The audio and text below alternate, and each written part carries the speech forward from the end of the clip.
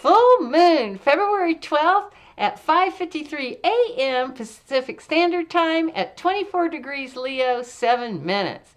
Now, this is fixed fire. Leo is passionate, heart-centered, is opposing Sun and Aquarius, logical, analytical, fixed air. So they're going to be kind of balancing it out here. But they're both going to be squaring Uranus down in Taurus, fixed Earth. So this full moon is really going to, wants our attention. Something's going to, light us up, and we're going to see something coming up, hopefully, with this T-square with Uranus. Now, this is really going to start on February 9th. That's when the Sun in Aquarius and Mercury are going to come into conjunction. And that's going to be, our minds are going to be very clear, very focused.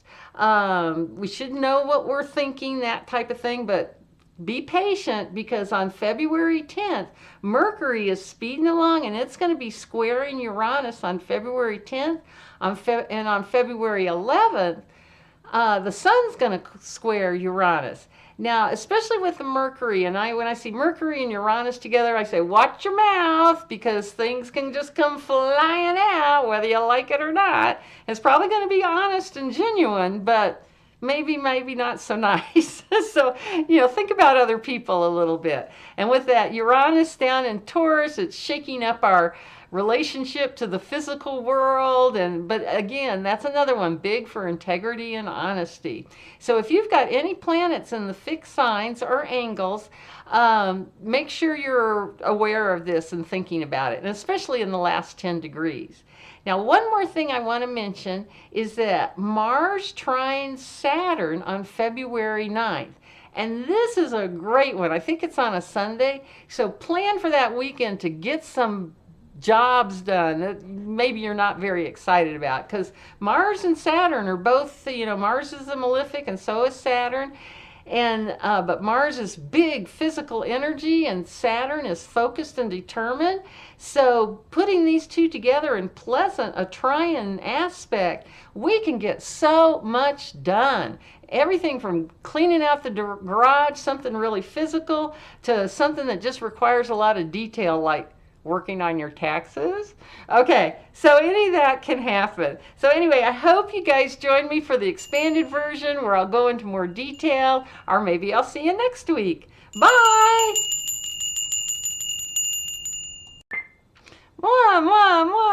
Welcome to the Magical Mystery School, and thank you so much for coming back to the Full Moon in Leo extended version. Now, and thank you also for all the likes and subscribes and all that good stuff. Now, the full moon in Leo, fixed fire, of course, is the king of the jungle, very regal, courageous, heartfelt, passionate, lots of integrity and creativity. Can get their feelings hurt a little bit, especially moon in Leo. So a little prideful there. And of course, as I mentioned, can be a little dramatic on the emotional side. Now, just to show you, this is the tarot key for Leo. There we go. The strength key. And as you can see, she's closing the lion's mouth there. And it's through her gentleness and her kindness that she's able to gentle this wild beast, basically. So I wanted to just show you that because it relates so well to that.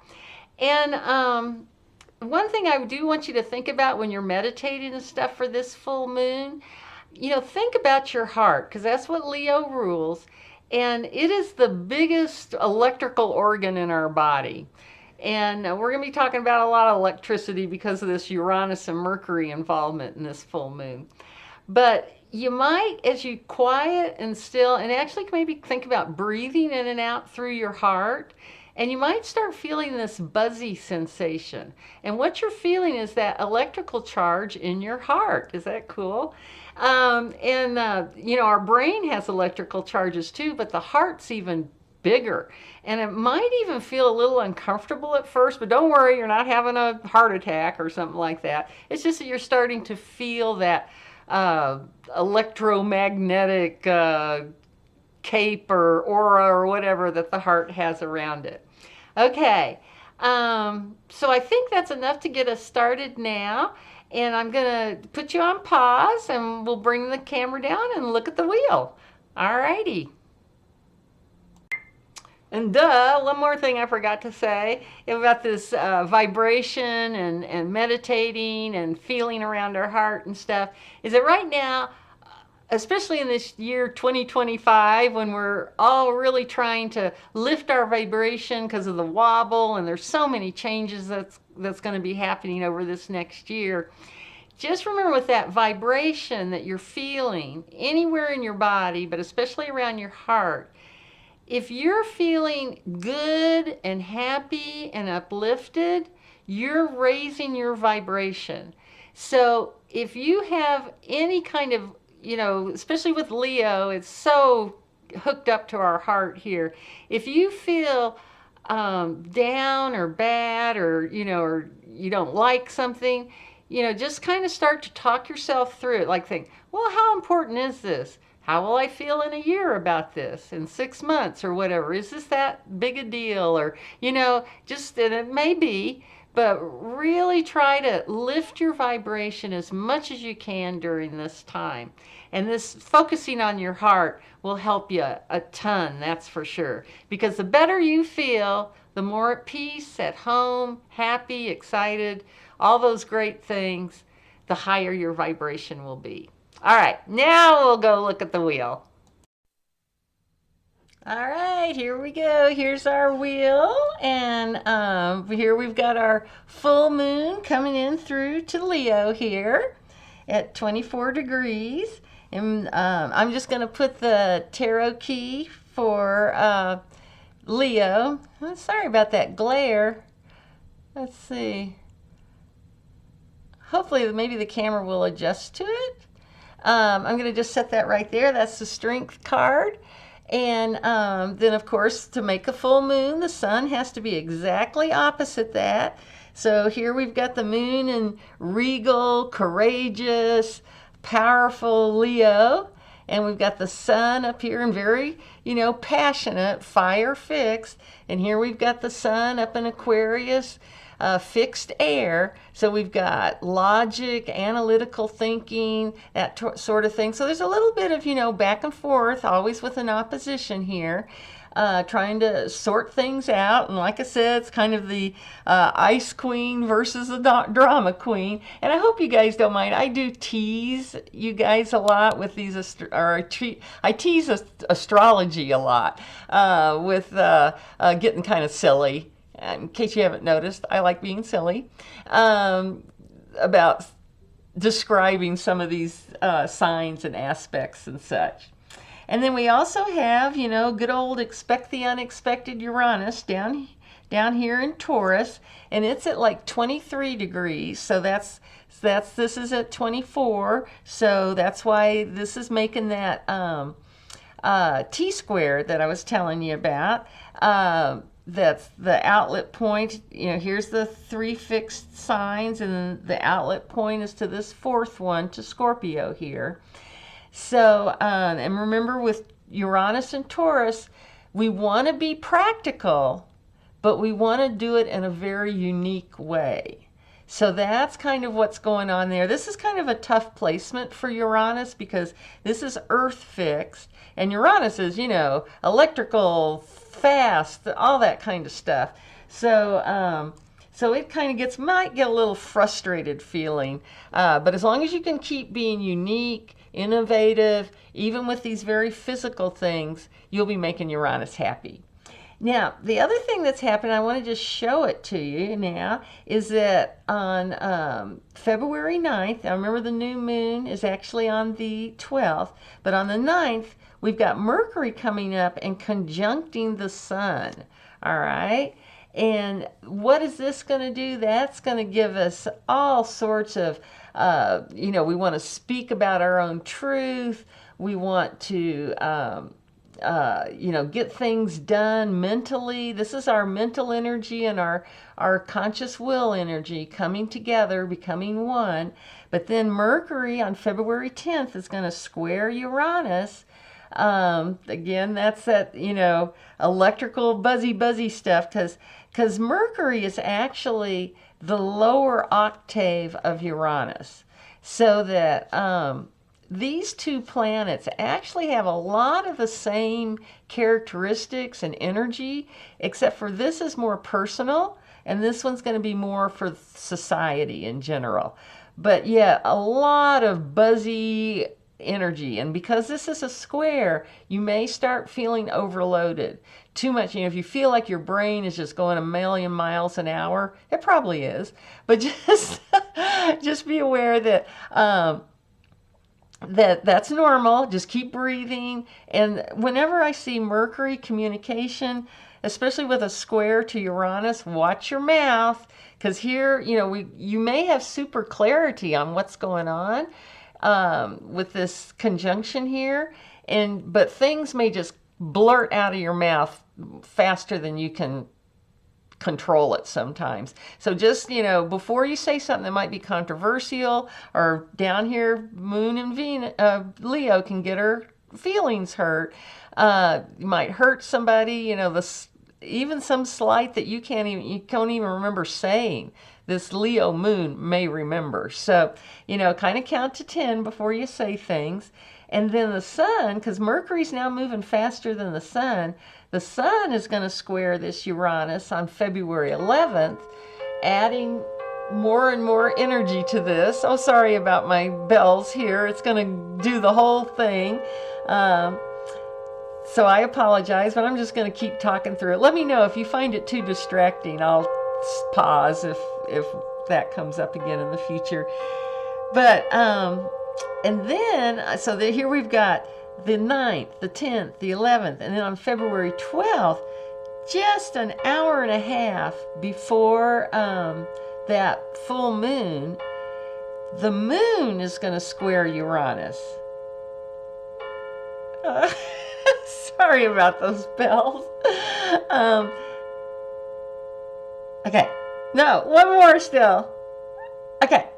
All right. So we're going to get that square here. So again, just, this is fixed fire. We're going to feel that energy coming on and might be kind of feeling kind of overloaded. Now, I wanted to show you what that fixed T-square, what that kind of looks like. So I'm just going to put this. So notice this is a square, and I'm going to put that right there, and you can see the square is pointing to all these fixed planets, so then you can just see that outlet point is definitely Scorpio. Now, for those of you who have your chart, and all you got to do is Google free astrology chart, and there'll be directions about that. For a second there, I thought my recording had stopped. Sorry. And once it gets if you look at that chart, if you've got anything in these 4 fixed signs around that 24, 23 degrees, I say 20 to 29 degrees and 59 minutes, you're going to be affected by this personally. Now, if you have your sun sign in one of these 4 fixed signs, and you're born, we'll say, between the 10th and 20th of February, that would be Aquarius, your sun is right, you're actually having your solar return right now, because the sun is right on your own natal sun. So keep that in mind. So you're going to be really affected by this personally. Same thing with Taurus. That'd be May 10th through 20th. Those of you, again, you're having Uranus is sitting right on your sun, so you're probably all over the place. And then Leo would be August 10th through 20th. So here you're going to feel this much more passionately, spiritually, fire signs. So that's the way you're going to feel it. And then up here, Scorpio, that would be November 10th through 20th. You, again, even more personally than just the other people in Scorpio, you're feeling this outlet. You're going to emotionally feel this kind of overwhelming you and coming down on you, basically. So just be aware of that's coming up. Now, going back to Uranus here, in Taurus, this can also be a shake-up, and remember we were talking about this is the year of the wobble, but Taurus also rules stock markets, Taurus bulls. It used to actually be about stock, animals and stuff. Might go through some restlessness and agitation, some ups and downs, that sort of thing. But just remember, with this full moon, that restlessness and any kind of agitation, especially for what is old, okay? You're really going to want to just throw off that old stuff and get into the new stuff with Uranus here. But the other thing I wanted to make you aware of, and this is just in general, but especially with Uranus and Taurus, you got to give manifestation, the 3D world, a little bit of time to catch up to your own spiritual or mental desires, right? Because air and fire, fast, fast, fast, fast, fast. Earth and water, not so fast, right? But you really want to give that time for your, for spirit to get everything lined up for you so that your manifestations can come to you. Because remember, it doesn't always happen overnight or in a week or so. Sometimes it takes months and even years. That's the beauty of astrology. Help us see that. Okay, now let's go back and look at that Mars-Saturn trine. Now remember, Mars is going retrograde here through Cancer right now. And but it's going to be trine Pisces up here, or Saturn in Pisces up here, because that's water, and that's going to happen, that's going to be exact on February 9th. And again, what a great time to get those projects done. Physical energy, focus, determination, all that good stuff in Saturn. So we're going to have that in a good, smooth, flowing energy. And remember, Mars is exalted in Capricorn.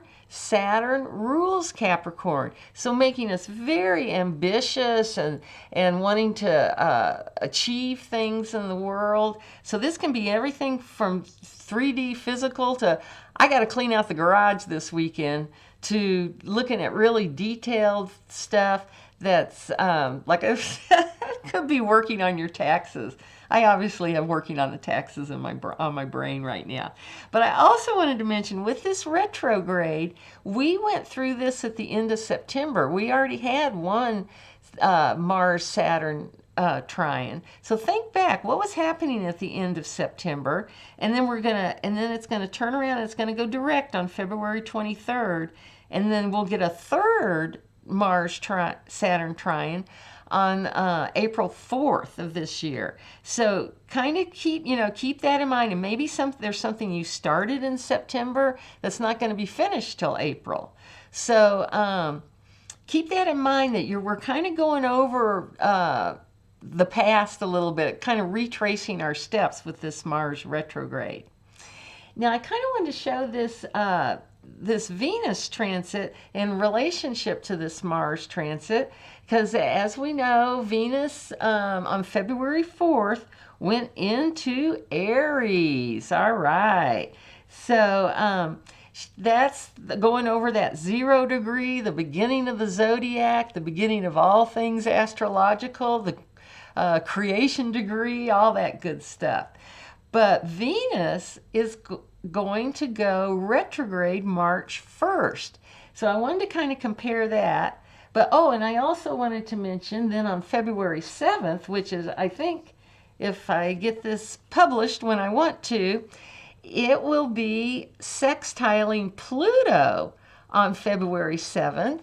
And that's a really, that's a very intense, emotional Venus. I mean, well, just think of the myth of, Hades stealing Persephone from Demetrius. So just remember that, this is a very deep, intense emotions. So you could have start a relationship. It could be a love relationship. It could be friends. It could be joining a club, an Aquarius. It could be, a work situation. But something's going to be coming up here starting February 7th. That's almost feels like destiny, or it's fated, or there's, somehow there's, we can't change this necessarily. It's, you know, it's had to happen this way. So we're going to be getting this feeling just this weekend. And then when Venus goes retrograde March 1st, we're going to get this sextile again, March 21st, and then again on May 6th. So just remember, we're sort of, it's kind of interesting with the Mars retrograde, we're kind of going over the past. With the Venus getting ready to go retrograde, we're looking like, how can we plan for the future? So keep that in mind as you're feeling these aspects. And getting used to, you know, integrating this into your life. And just as an FYI, Venus goes direct again on April 12th, just in time for taxes. Yes, I have taxes on the brain, obviously. Okay, so let's see. I think that's all I need to go over this time. I did want to mention that kind of one of the gals I just think is amazing is Pam Gregory, and she's an astrologer. I mean, she is amazing. Anyway, and she does a lot with the dwarf planets and the Quaker belt elements and things like that. So she's kind of the next level. I'm just really trying to introduce you to the basics of astrology. But she started a thing that I want to just encourage, if anybody else is interested, kind of a meditation for world peace. And she started it out on Sunday nights. Everybody, no Zoom stuff, no this, that, just do it on your own. And she did it at 7 p.m. UK time, which is 11 a.m. Pacific time, to just take a minute, or maybe, you know, 15 minutes, and do a meditation for bringing peace. I think of it as like this pink matrix, all around our planet, showering pink and white light onto some very difficult areas of our planet, and to help us, get transition through this 2025.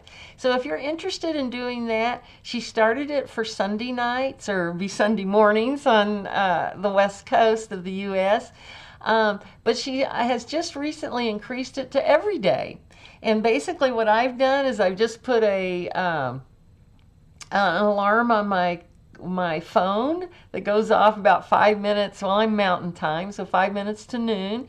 And, it doesn't matter if I'm in the grocery store, or, I'm not at home where I can do my meditation. I go ahead and just at least think about world peace and love, and bringing that down onto our planet to everybody, so that everybody will feel at peace.